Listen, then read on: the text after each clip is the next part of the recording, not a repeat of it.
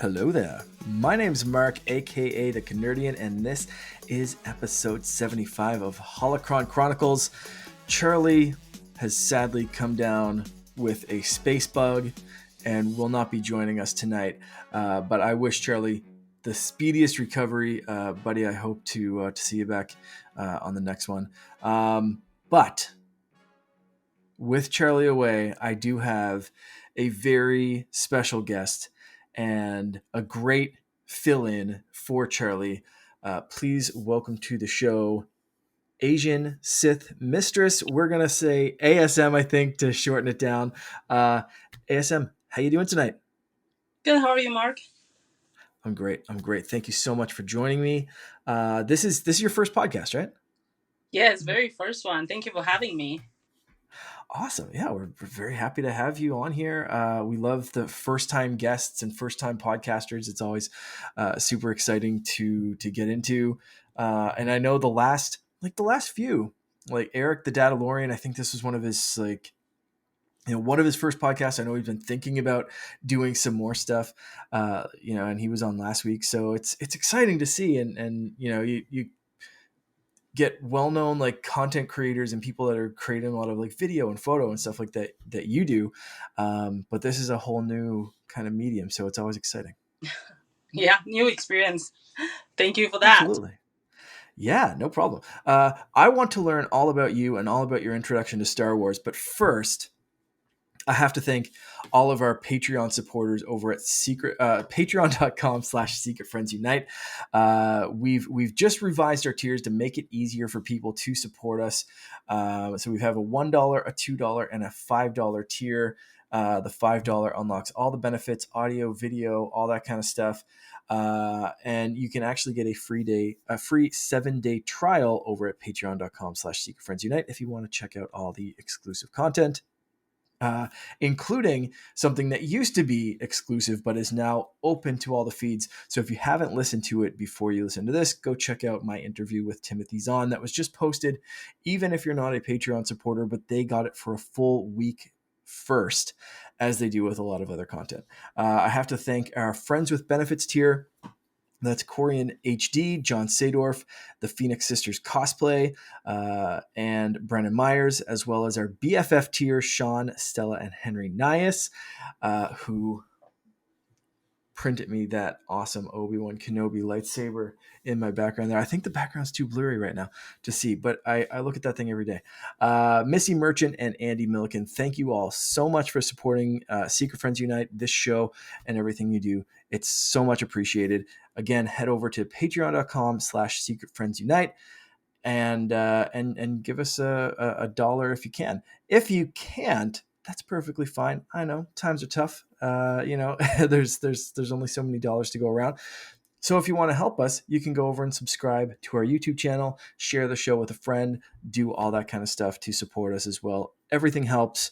And we just want to thank everyone that listens and watches. So with all that said, with all that out of the way, ASM, I want to learn all about you. So please, for anyone listening that's not familiar, tell us a little bit about your channels and the content that you do. Okay, sure. So my page mostly it's cosplay. Really into Star Wars. So I try to focusing on different Star Wars character, but really like the dark side. So that's kind of how I started. And most recently, if you see my recent posts, I've gone into some different genre because also November it's Halloween is one of my favorite holiday. I know it's not a holiday, but you get to dress up all month long. I think it is, yeah. So yeah, that's kind of my recent content has been really trying different characters. Nice. Your Fennec Shan is phenomenal. We'll just like the armor that you have, the gear that you like, that your shooting locations, your second sister is the like the helmet, like everything you do is just like way up there. How did you get into like that kind of detailed cosplay where like if I'm going, it's like my cosplay, like the main one, the pirate Jedi, it's like hobbled together stuff from Amazon and like a cheap Halloween pirate hat and a lightsaber, and like that's it. Like you seem to be on another level. What got you into that level of cosplay? Well, hey, thank you for the kind words. Well, it's funny. I actually have gone to a lot of different cons throughout the years, but I was never really serious. I of course I started on what you can buy on Etsy or Amazon, and then when I probably about 6 months ago, I decided to really get into it, and when I started doing the research, and I found Whimsy. They make my costume. Actually, most of my costumes are from them. So they were easy to work with. I gave them my measurement. So I got from them my second sister outfit, and the finishing is also from them. So they actually, it's actually funny. You always thought it's cheaper to just go on Amazon, right? Because it's like they're cheap and everybody can get them, and they're usually not that bad on sizing. But it's Hmm. actually not much more to get something tailor made. I think this is the myth. Everybody thinking, "Oh my God, it's gonna be so expensive. I Yeah. can't afford it," But you just gotta look for it. And then, like I said, luckily I found them. They were really reasonable, really easy to work with. So that's where I got those. I got my, I guess, outfits. So that's Whimsy Cosplay Studio, right? Yes. Awesome, awesome. I'll have make sure there's a link in the show notes for anyone listening that wants to check that page out. And you're pretty good at tagging them in everything you do as well. So hopefully people will follow you and follow them. And if you're looking for some stuff, that's Yeah. that's the place. Yes. They are really easy to work with. I highly recommend them. Awesome. That's amazing. That's a good resource to have. Uh, what what got you into Star Wars? Like we're into cosplay, but like what started the Star Wars fandom or obsession? Okay. It's actually funny. When I way back when I was a kid, my first toy was actually a joy. My dad didn't bring home Barbie. I mean, I don't like them, but I was more a tomboy growing up. So he brought home like a computer and a joy, and I wasn't sure if secretly he wished I was a boy, but I was really into that kind of stuff, right? So you program your little robot to do stuff. So and I of course watched the original trilogy as a kid and really loved the characters, and I love Joy, and then of course Princess Leia. She's very independent and strong, so it's like I guess really strong female character lead. So just really thought that's, I guess, out of this world. I mean, that sounds cliche, but it is out of this world. So it was Mhm. really that really intrigued me. So I just kind of really um, enjoy the Star Wars different characters and I guess the moral of the story, right? When you watch it, so Star kind of got into it since I was little. Excellent. Do you have a favorite like movie, show, or piece of media that defines Star Wars for you? Like that took you from someone who just saw the movies to like a super fan? Oh man, there's so many different movies. I mean, movies are all classic. I will have to say I'm really, really into the new Mandalorian series. I like the way they bring in different characters, and the story. It's all very different, and I actually kind of was geeking out on how they filmed it because all the locations are amazing and all the new technology they're using. That really, I don't know, just really got my attention. So Mm. um, I would say the new Mandalorian series is really my new favorite. Nice, nice. That was an instant favorite for me, and I think a lot of other people. Like Mandalorian helmet behind me pretty much at all times when I'm recording here, and like Din instantly became a favorite for me. Like it's crazy the last couple of years. Like if you had have asked me a few years ago, like Luke Skywalker, Obi-Wan, they were kind of my favorite characters. And then the last couple of years, it's like Cal Kestis, Din Djarin, like these new characters are coming on, but they're kind of redefining Star Wars and lighting kind of a new spark of interest. So it's great to see even the new stuff kind of keep up with the old too. Yeah, absolutely. Speaking of what's your favorite character? Oh man, it is so hard. I know that's a tough question. That is a tough. I'm gonna go with the classic. You can't go wrong with Chewie. I mean, he's Nice. loyal, he's strong, and he's super cute, and he's very helpful and useful, right? So if you were gonna go on some space adventure and get lost, I mean, who wouldn't want Chewie, right? He's Yeah. keep you and keep you safe. Best co-pilot you could ask for, aside from Charlie, of course. Again, Charlie, get well soon. But yeah, I hard to disagree with that one. Um, and like, there's just something about Wookiees that it's just special. Like, I love Chewbacca. Gunji is probably my favorite, one of my favorite Jedi's. Definitely my favorite lightsaber design, and such a great character. I love seeing him come back in Rebels and kind of like finish off that story of, or at least kind of like move the story to like, oh, Gunji's safe, good, thank you. So like, yeah, there's something about Wookiees, it's just amazing. Yeah. uh I think I know the answer to this because it's right in your name and you already mentioned it. Are you more light side or dark side? Oh boy, you think you know? Well, actually, the true answer is gray. Oh, okay. I think I do lean towards the dark side, but if I really had to pick, I really want to be gray, be in the middle. I want to have them Yep. both. That makes sense. That makes sense. I saw a video. I can't remember the creator's name. Otherwise, I'd give him credit. But I saw a great video about um, like Wayseeker Jedi, and that sounds way more appealing to me personally than being a strict kind of cut and dry Jedi. And I think that's more like what Qui-Gon would have gone to, but they were kind of phased out by them. But like High Republic days, Wayseeker Jedi would like disagree with the Council, and then as long as they promised not to do like the worst possible crap, like they were Right. kind of free to go off and do what they wanted, which I thought was kind of interesting. So Yeah. yeah, I think that's the closest to gray we've gotten in canon, but they're leaning in a good direction. So Right. I like that. Uh, what's your favorite lightsaber color of choice? Now that you've answered kind of more gray, I was thinking this was going to be red, but now I'm kind of curious. Okay.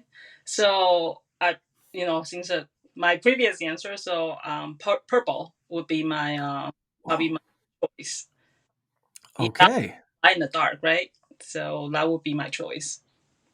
Interesting. All right, you're like going in different directions. I kind of expected this to be like Sith, red, let's like just straight lean into the dark side. I'm loving this. Uh do you have a favorite lightsaber design? I already mentioned my like Gunji's design for me is just a standout. Is there any like lightsaber design that's just like next level for you? Yeah, I have a Ventress, the lightsaber with the yellow blade that she got off the black market. I really like that one. But recently, Mm-hmm. with the show that Vader Saber had, well, I get my lightsaber from Vader Saber. So they actually sent me a Balin Skull lightsaber, and it is awesome because it's very I accurate. love that saber. It's really easy to use and spin. I'm kind of short. I'm only 5'2", so sometimes some lightsaber are heavy and they're kind of long, and then it's just hard to spin. I mean, I'm not the Mm-hmm. greatest working on it, but it's it hurts your hand, right? You gotta balance it and kind of look nice. So I'm Mm-hmm. the Balin skull that I received. Nice. That's an amazing looking lightsaber. And I love that like he actually had some say in designing certain parts of it too, which kind of makes it even more special for me. Like the actor actually got Yeah. some design input. And I know totally what you mean about like the lightsaber size being important, and you'd think that would be a really big saber. Like I have the Galaxy's Edge saber behind me that I built in Disney World, and I find that one's super hard to spin. Hmm. Um, like I'm not really like shorter, like 5'10", ish, and then but like I like that one I just kind of like that's my showpiece. And but like my RGB sabers, I always shorten the blade because I just want it like arm's length. I find that's way easier for spinning and all that kind of stuff. So the default blades, I got a tube cutter and just instantly shortened both of mine. One I just shortened even more so my son could kind of use it and not be like super unwieldy. So that's almost more of like a Shoto blade now.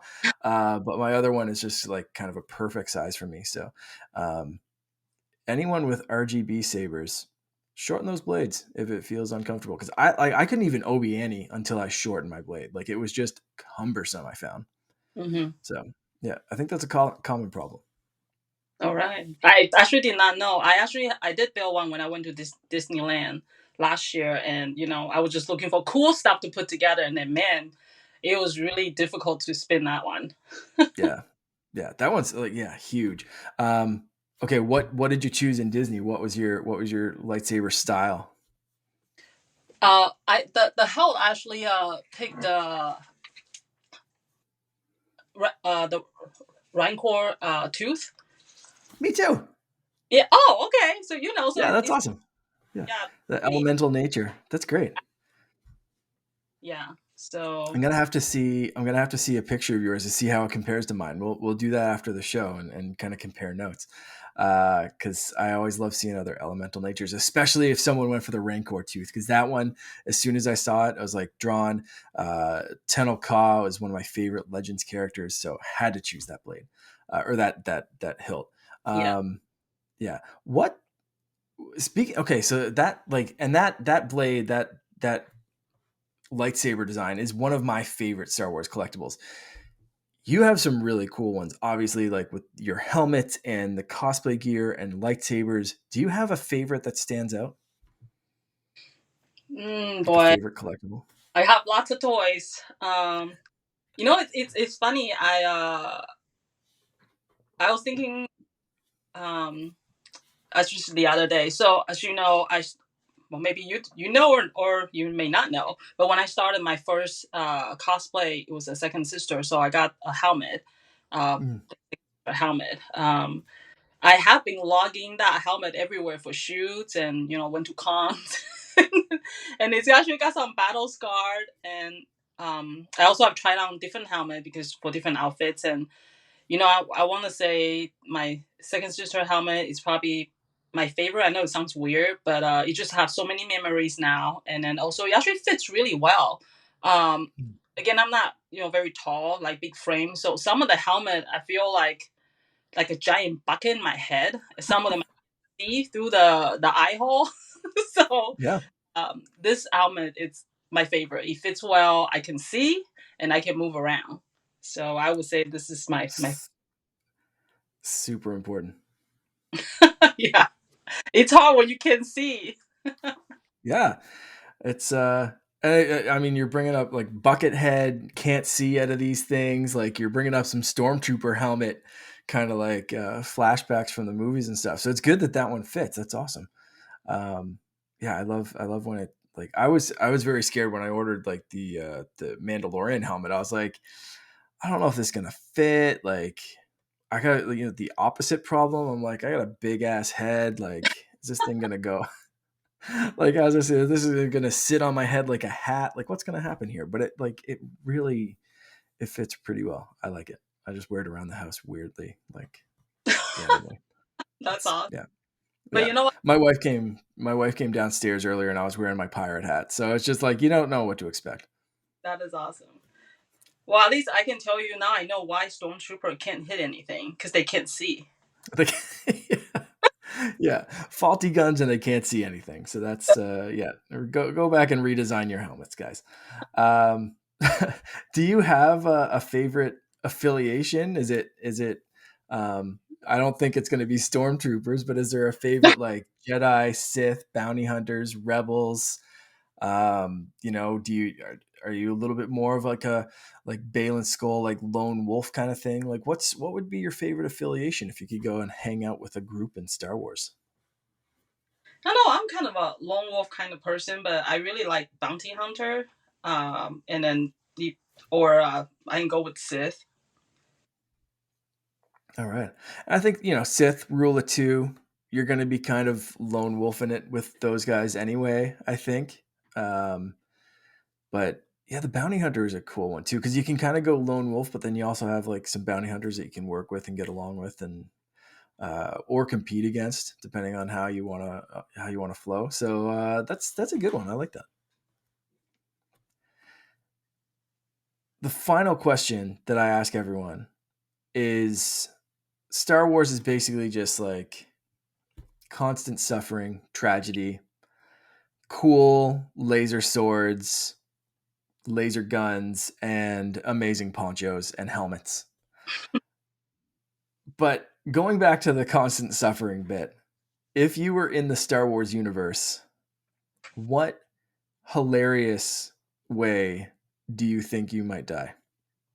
Oh man. Uh, okay. Well, I don't really want to die. Right. But I will. I think the most hilarious way for me probably would be like falling off the speeder bike, and I have a good reason. This is gonna sound silly, but it's true, and I can't believe I'm admitting this podcast. So I didn't know how to ride a bike till COVID hit. Oh wow. I was never allowed to ride bike when I was young and never owned one. Never was told no, you can't have it. So never tried it. So during COVID, I decided that I was gonna learn a new skill because right, you got to find something to do. So I decided to learn how to ride a bike. So that's when I learned how to ride a bike. So when I watch the show, I'm looking at those speeder bikes. I was just like, oh my god, balancing so hard and you're going high speed. So I think that's probably the most hilarious way I would die is to fall off one of the speeder bike. I always thought the speeder bikes were so dangerous anyway. And like they're zipping around in Endor. And especially if you watch like episodes 1, 2, 3 and find like no humans fast enough to do pod racing. And these guys are zipping through in zero visibility stormtrooper helmets. And they're zipping through the trees like it's nothing. It's like, guys, there's got to be a slightly slower way to get around. They just go into those trees at like 400 miles an hour and just get obliterated. There's nothing left. Like that's dangerous. Like they don't put railings on stuff. Someone's got to talk to like, OSHA or something for the Empire. Like Yeah, that'll be me, stormtrooper on the bike and fell off and died. all right, that's our first speeder bike crash. So that's good. I always love hearing someone's first random hilarious way. We have heard space pooping, and then the toilet module gets blasted off the ship. So we've heard some really weird ones, but that one I believe, like crashing a bike, I totally believe that. So that's it for like news. I think we've gotten to know you pretty well. You surprised me with a bunch of these. Like I said, I thought this was going to be like Sith, red, evil stuff. Not to say that you are, but like that's just based on the name. I really thought, and maybe a little bit of bounty hunting thrown in. But that's awesome. I'm glad we got to know a little bit more about your Star Wars upbringing and all that kind of stuff.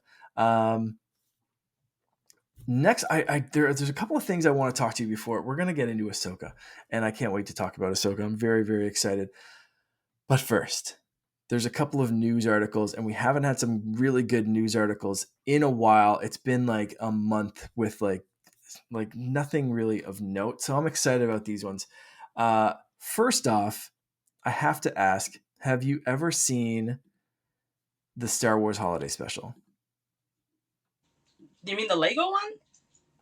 No, no. This one was from 1978. It was horrendous, and Disney basically doesn't like admit that it's a thing for the most part. Um, they don't really like talk about it. It's hard to find. I have like a downloaded bootleg copy that someone I used to work with gave me, and it's terrible. It is absolutely terrible. Um, Hmm. Yeah, can't but say that. that's like that's where Wookiee Life Day comes from. Um, there is a section of that movie or of the special that is all just Wookiees speaking Oh, to one another, but it's not translated okay.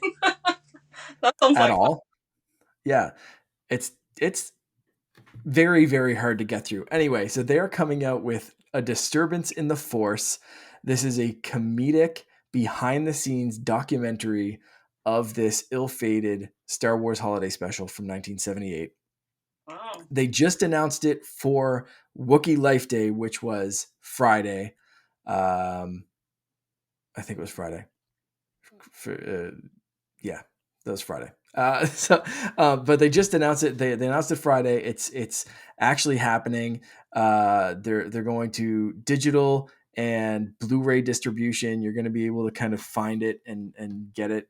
I doubt this will end up on Disney Plus. I really think they're trying to avoid this, but I I kind of want to see the documentary about how this thing was made. Apparently, it was just like a George Lucas was just pressured into making it to make money.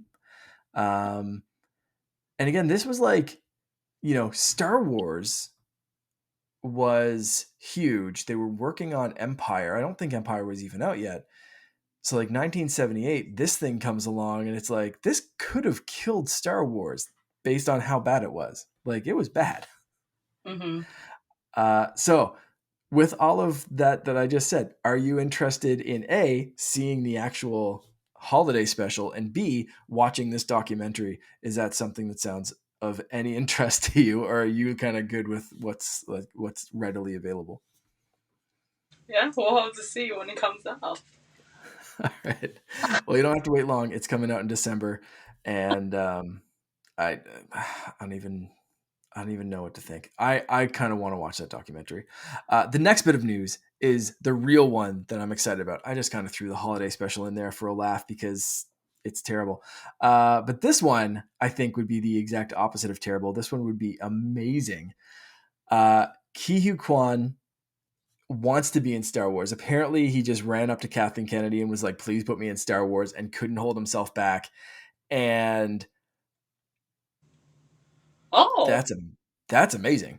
Um, he's an yeah, actor. Yeah, that'll be fun. that would be amazing. So much fun for anyone. Yeah. So he was like for me one of my favorite movies of all time is The Goonies. Another one of my favorite series is Indiana Jones. He was in both. He's most recently been in Loki season 2. He was in Everything Everywhere All at Once. This big comeback story, and I love him. Yeah, So enthusiastic, seems so nice, so genuine. Um, his Oscar acceptance speech is like, do you want to have a happy cry? Go watch that. Like, just I want like the world for this guy, and if he wants to be in Star Wars, like just someone put him in freaking Star Wars because he was awesome in Loki. Um, I don't even care who he played. Like so are you like familiar with a lot of his work? yeah, absolutely. Yeah, he's incredible. I really like. So with his enthusiasm and his past roles, is there a role or even like a group of people like that you kind of place him in? Do you think he'd be more rebel, kooky Jedi, type him, against typecasting and maybe make him a darker character? How would you go with casting this guy in a Star Wars film? Hmm. Well, obviously, you probably have something in mind. You want to share what you think? And I don't know honestly. I could kind of picture him as, and maybe this is just kind of Loki influencing me, but I could kind of picture him as someone like Peli Moto, that kind of like works on ships, builds some cool stuff. Um, it's like really kind of like that good tinkering kind of thing. And I think that's, again, that's going from Loki, that's going from Data from Goonies. So I want those kind of like throwback roles, but I could also picture him as so like maybe even taking more of an Indiana Jones role and like doing some archaeology, like helping, if it's in the new films, helping Rey maybe find some old Jedi artifacts, and he's kind of working with Rey and the new Jedi to find some old Jedi artifacts, some temples, some secrets, all this kind of stuff. And he's, I don't know, maybe he's not force sensitive, but like he knows where the stuff's buried. Mm. That could be really, really cool. Flipping that role from like Indiana Jones's sidekick to like he's the main guy. Give him the hat. You know what I mean? Like I think that'd be a really cool kind of like homage, but also kind of like flip to what he was when he was a kid. So I think that one for me, like put him in, the Dr. Afra kind of shoes. Yeah, I Um, can see that. yeah. Yeah, Yeah. well, definitely carrying through kind of the role he played in Loki. I can see him, tinkering with like Joy, working the depot, or I don't know, or even like I with his humor, I don't know. I like the first time you asked me this, my first image in my head was kind of like TIE fighter pilot in a squad, the squadron, and it kind of some humorous things and some crazy thing would happen, and he had to fix it or do something. So I like that's that. That's a side we don't usually get. Is like the person inside the TIE fighter. We got that a little bit in the original trilogy. We got it a lot more with like Poe Dameron, but not too much of his crew. Like again, little bits and pieces of like, hey, someone's on my tail. Oh no, like that kind of stuff. But like, I think it'd be really interesting to see the inside of like the TIE fighter side of things. yeah, absolutely. Like Yeah. what again that's going on inside. That'd be Mhm. awesome. Yeah. And who better to do it than someone like everyone loves? Because you're supposed to kind of hate the Empire and like the TIE fighter pilots. And that's why they're wearing the helmets, because you can't see their faces. So they're like faceless thugs throughout the galaxy or whatever. And like, I think putting that kind of personality under a bucket would Mhm. be really, really cool. I think Yeah. that'd be awesome. I'd love that. So for anyone listening, let us know what you want to see Ki Kwan in Star Wars. Write us. The best place to get us for everyone to see it would be our Discord channel. Again, the link is in the show notes. Join us there. Talk about not only Star Wars but a bunch of stuff. We have geeky channels for everything. So if you hang it on Discord, that's a great place. Let us know, or just kind of write. Both of us on Instagram, I think, is the platform of choice for you. Yes. Yeah, same here. So yeah, write us there. Let us know. I want to hear everyone's idea, and let's get this guy in Star Wars because he deserves to be in everything and everywhere all at once. Haha, I did it. All right. Nice. So Hey, Secret Friends Unite, let me tell you about Zencaster. We use them for our show, and now they're supporting us. Zencaster is now the all-in-one solution making podcasting easy. It's the ultimate web-based podcasting solution. Provides high-quality audio and video podcast production and hosting. With a full suite of professional tools, podcasters can seamlessly record, produce, and publish studio-quality content, all from one dashboard. Being a creator has never been easier. And we chose Zencaster because of the ease of use, high quality output, and it makes it super easy for our guests to come on. We had multiple solutions we tried before, and Zencaster has just been the best fit for us. Why Zencaster? It's now super easy to record a podcast with Zencaster. Log in using your browser and start recording a high quality podcast right away. Record studio quality sounds and up to 4K video with your guests. Feel a sense of Zen knowing Zencaster's multi layered backups ensure you always have your recordings in the highest quality, even if the connection is unstable. Have you ever worried what you sound like? Zencaster's post production process makes you sound buttery smooth. It automatically removes those ums and ahs in your recording. It removes those awkward pauses in conversation too. Set the right podcast loudness and levels while reducing background noise with the click of a button. So, if you're interested in making an easy, high quality podcast just with the click of a browser button?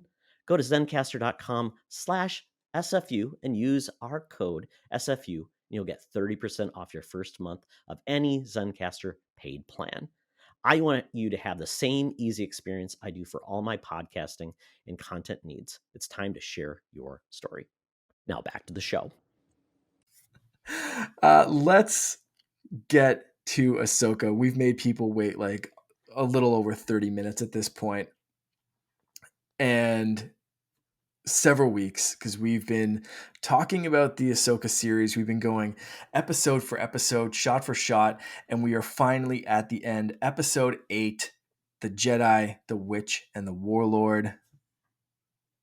Who mercy. Charlie usually reads the entire write-up of this one, so I'll go ahead and just kind of quickly run through the synopsis of this for anyone that hasn't seen it. But if you haven't seen it, like, pause this, go watch the entire series. It's great. This episode especially just wraps everything up. So we have, to confront the Jedi, Elspeth is gifted Mother Talzin's sword. I'm going to try not to freak out while I read this, because I want to talk about stuff. By the Great Mothers, while Ezra Bridger constructs a new lightsaber using spare parts from his late master, Kanan Jarrus. Heartbreak. After their ship is damaged by a TIE fighter attack, Ahsoka, Ren, and Bridger make their way to the foot of the Chimera, which is docked in the Eye of Sion. They're confronted by Morgan Elsbeth and the Night Troopers, whom the Great Mothers keep resurrecting after they are killed. Whew. Ren uses the Force to help Bridger jump onto the Chimera. Then she stays behind to help Ahsoka, who kills Elspeth. Spoiler alerts. The Eye of Zion jumps to hyperspace, leaving Ahsoka, Ren, and Huyang stranded on Peridia. Hattie joins the bandits, while Skull is guided to a mountain by a statue of the Mortis gods. As Thrawn and the Great Mothers arrive over Dathomir, Bridger sneaks out and reunites with Harrison Dula, Chopper, and the rest of the rebels. Ahsoka, Ren, and Huyang join the Nati and make their new home on Peridia, watched over by Anakin's Force spirit. Holy crap. ASM, what was your initial reaction to this episode? So first of all, you did it. Good job. Thank you. Well, I really liked the episode. I was really excited to see Balin with the Mortis statue. But it was kind of sad because I know this is going to be the last time I ever see Balin. I'm really intrigued with this character. Throughout this series, he's an amazing character, and I want to know what he's looking for. And now I don't know if I'm ever going to find out. Right, and I really hope they recast this character. Ray Stevenson did such an amazing job, but I think it would be a disservice to what he did to not continue with the character. I hope they can cast someone, if they do recast, that brings that same level of seriousness and just the groundedness that he brought to the role. But yeah, I would love to. We need to see where this is going. Like, come on, in some fashion, whether it's comics, animated, or again a recast in live action. But like, man, he really defined that role so well. Defined the show really. Mm-hmm. Yeah. Yeah. Any other like initial reactions to this episode aside from like, damn, I need to see more Ray Stevenson? Just wish it was longer, more episodes. I don't know why, I feel all the Star Wars episodes, they just like, they're kind of short. I know this is not the shortest one, but they just seem like they're very chintzy about doing the 10 episodes, what I'm used to. But I remember all the shows used to be like 10 episodes. Now they're getting shorter and shorter. So yeah, more will be better. Yeah, I definitely agree with, especially like, it seemed like some of the shows that they did like on the Marvel side or some of the other shows that they were doing initially, like there were a few filler episodes Hmm. of like, things are slowing down and then it picks right up at the end. And I kind of found the opposite with this one. Like there was no filler. It was just go, go, go, go, go from start to finish. And like you said, yeah, 2 extra episodes of this. Spend a little bit more time with Ezra. Spend a little bit more time with, with Ray Stevenson and or Shin Hati, and like just flesh out a little bit more. But yeah, it's I want more for sure. Whether that's a season 2 or whatever, like I hope they announce that sooner rather than later, since we didn't get 10 episodes here. Hopefully. Did I guess initial reactions for me, you could probably hear it. I paused a few times while I was reading that thing, because there's things in this episode that were such great throwbacks to whether it was like Rebels or like Clone Wars stuff, or like Legends, crazy things they were doing with like zombie night troopers. Are you freaking kidding me? Zombie night troopers? Come on. Um, like, holy crap. There was just so much in this episode. And then again, like you said, finishing it where they finished it, of like they're taking in the Mortis gods. Why is he like on the father's hand that's pointing? What's he pointing at? What's going on? What is this thing that he's drawn to? And then everything with Ezra, with Sabine, with Ahsoka. Like we've both gone this long in our reactions to this episode and the series as a whole, I think, without mentioning Ahsoka, which Right. I don't know, is a little sad, because this really felt like Rebels season 5 rather than like Ahsoka, which I think is, I don't know if that's a problem or not. Like, how do you feel about that? Like, as the series has wrapped, was Ahsoka the star of her own show, or was it like it's called Ahsoka because things kind of hitched on people around Ahsoka, and she was used as like kind of a focal point to tell various different stories that she connected to? Like what? Yeah, how was this show named for you? Like how did you feel about this being Ahsoka's show in name only, or did No, you think they did it enough? I think it was enough. I mean, it really, it, right, it shows kind of her and Sabine, their apprenticeship. I mean, it's focal around Ahsoka and, and I guess the other characters and how it's connected to her, uh, and then and then Anakin coming back. I did not expect that, by the way. So No. I thought that was really good. You really, I guess, give you a little bit more, right, than usual, because Ahsoka usually on the other shows or movies, they never really gone that deep with some of the emotional side of things, and Mhm. um, you know, just character wise. So I Yeah. thought, Yeah, it was definitely more of a deep dive into, yeah, especially I really didn't expect, like you said, the connection with Anakin to be this explored, whether it was through the visions that she had back in episode 5, or like the confrontation with Anakin, the flashbacks, all that kind of stuff, the training videos, finding out Anakin left things, finding out that Thrawn knew Anakin, and getting a little like name drop in this episode and his final speech of like, I knew what to expect from you because I knew your master. And the little dig at her without telling everyone else, because I think at this point it's still very much a secret that Darth Vader was Anakin Skywalker, but he knew, and he's telling her that he knew because he knows that she knows. And he, it's one of those like big, like, I know that she knows and she knows that I know, but no one else knows. Like, but like his little dig of like,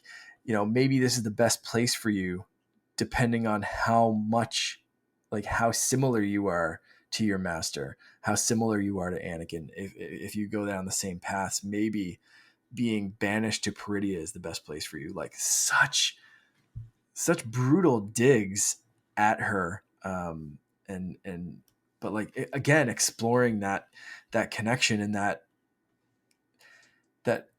part of her that was haunted by Anakin, I think was yeah, so good. Yeah. Did you have any favorite scenes in the show or like in this episode? Um, for in this episode, I thought they turning Morgan into a full Night Sister. I thought that was really interesting, and seeing the mother summoning the Talon Blade, and then Mhm. the fight with Ahsoka and Morgan. I thought was a really well done fight scene. Absolutely. Absolutely. That's something I was going to ask is what's your favorite fight scene. So let's get into that. Yeah, we saw a few, the Jedi, the three of them versus the stormtroopers, and then zombie troopers. We got. I kind of broke it down in like Ahsoka versus Elsbeth Part One, and then Ahsoka versus Elspeth Part Two that included Sabine and the zombie troopers. But like that was all kind of like one huge fight, and I freaking loved it. Yeah, Um, that's your favorite one there? yeah, I mean, pretty good, pretty epic. Yeah, absolutely. I'll actually, this is probably a good time to announce the next episode that we have for this show. I'm going to get Master Allen from Level Up Sabers back on the show. He's a returning guest, and we're going to talk about fight scenes in Ahsoka, fight choreography, kind of get the experts' take on all the like the fight scenes across the entire series. So if you have a favorite fight scene or you want to talk some fight scenes or ask questions to someone who owns not only a lightsaber company but also like does the training and all that kind of stuff, Master Allen's the guy. Get some questions in. Again, Instagram, Discord, drop them and we'll ask them. I think everything seems to be lined up. I don't like announcing guests too early, but this one seems to be coming together. So Master Allen, can't wait to get you back on. It's going to be a good one. Okay, you mentioned Mother Talzin's sword. Um, Ezra's lightsaber, again, I mentioned when I was doing the description, we got Kanan's spare parts. What did you think about the weapon lore and like the little callbacks to the past in both of those weapons? Yeah, they're totally awesome. I think they're able to tie back on Azra. Was able to get the parts and build what his master built before. I think that it's great. Yeah, I loved it. I loved again the throwback to like Mother Talzin from Clone Wars. Again, it's one of those nice little callbacks that it's like anyone that only watches live action, hey, it's a cool fire glow sword. But like anyone that's watched a bunch of Star Wars stuff, it's like, oh, did they just say Talzin? Like that's badass. Yeah, for sure. And magically calling it across a galaxy is pretty crazy because presumably that would have been in the main Star Wars galaxy, and then they've called it to Peridia, Right. which again is insane and super badass. Yep. Um, Speaking of Dathomir, what do you think about the whole like the Night Sisters working with the Empire? Like we saw maybe Night Sister or Dathomirian or the caskets being loaded into Thrawn's vehicle. We see them going to Dathomir at the end of the show. Um, how is this going to end for Thrawn? Do you think he has the upper hand at this point, or do you think the Night Sisters are playing him, or are they actually working together? Uh, Probably both. Uh, yeah, but one I'd be I guess I've been thinking what might be in those the caskets. So I wonder they are actually the dead sisters. Maybe they will get resurrected when they get back to Yeah, death. yeah, it's kind of I think my presumption as well is like that's yeah, people that they're going to reanimate or bring back on Dathomir. Obviously, we saw that the Night Sisters can do that with the zombie troopers, which, holy crap, that was great. What a scene. Like them waking them up. I The Dance Macabre notes when they're first waking them up, that that you hear that really sharp fiddle. That's one of my like favorite songs, like classic arrangements. What did you expect to see Night Sisters zombies in live action? No, I actually did not, but that was totally awesome. So badass. Again, I don't know if you play many video games. As a fan of Jedi Fallen Order, seeing like zombies in that game, and knowing Night Sister reanimated, whatever zombies you want to call them, I didn't ever expect to see that in live action. That's just crazy. Yeah, for sure. I love it though. um what are your thoughts on the endings of it? I know when we were talking earlier, you mentioned you were going back to watch some Clone Wars stuff. You watched some stuff on the Mortis Gods. um Do you think we're going to explore more Mortis God stuff in live action? Is that kind of where Peridia is going? Are we seeing Anakin? Are we seeing Baylan Skull? Are we seeing Ahsoka? Like, are they all moving towards something with the Mortis Gods? Is that do you think what the statue is pointing at would be something connected to them? Yeah, that's kind of what my initial thought was. It's amazing to see the Moses Scott statue. I think maybe that's the original home world where Balin, feeling the calling, thinking that it's the home world maybe there, so the forces energy is present, right? So maybe that also helps Sabine because she usually don't have a strong force, but you think that maybe boost her ability. And I'm even wondering maybe Anakin is accepting the role as the father, helping guide the rebel crew while they're on the planet. Oh, I love that. The especially like the Sabine like force boost kind of thing. Because she really did jump, like in her power level, in her confidence. And you could have kind of like first watch, I kind of thought like, oh, it's just like she's accepting her role, she's with Ezra, she's like more confident. But like, that's a good point. If this is where the force comes from, or where a lot of power comes from, like, yeah, that could be giving her that boost of ability. Mm-hmm. That is a great theory. Thank I you. love that. I love that. I do have to go back and like just kind of mention there's a moment with Sabine, and we've talked about like Anakin, we've talked about Ahsoka. There's a moment early on in this episode when Sabine, like, they're holding the Jedi cruiser up, and they're trying to make their way to the Eye of Sion and the ship and everything else, and those two TIE fighters attack, and Sabine just hits the TIE fighters with the Jedi ship, Right. and then gets out and walks past Ahsoka and Ezra and is like, got him. And Ahsoka's look, like if you go back and rewatch this and just look at Ahsoka's face, and it's kind of in the background, but like you can still see this little smirk that's Mm-hmm. like, you insane Mandalorian Jedi. Like, that's the face of like, Anakin would have freaking loved you, because that's some Anakin shit right there. Like, and like you said, this whole thing was Anakin's legacy, right? It was Anakin passing on to Ahsoka, who's now passed it on to Sabine. And that one scene for me is like, that is like the apprentice of the apprentice. You know what I mean? Like that is Anakin's legacy, like some crazy shit like that. So for him to be there watching over the two of them in this, it's like, oh yeah, yeah, he's like the father, because he's taking over that, that kind of role.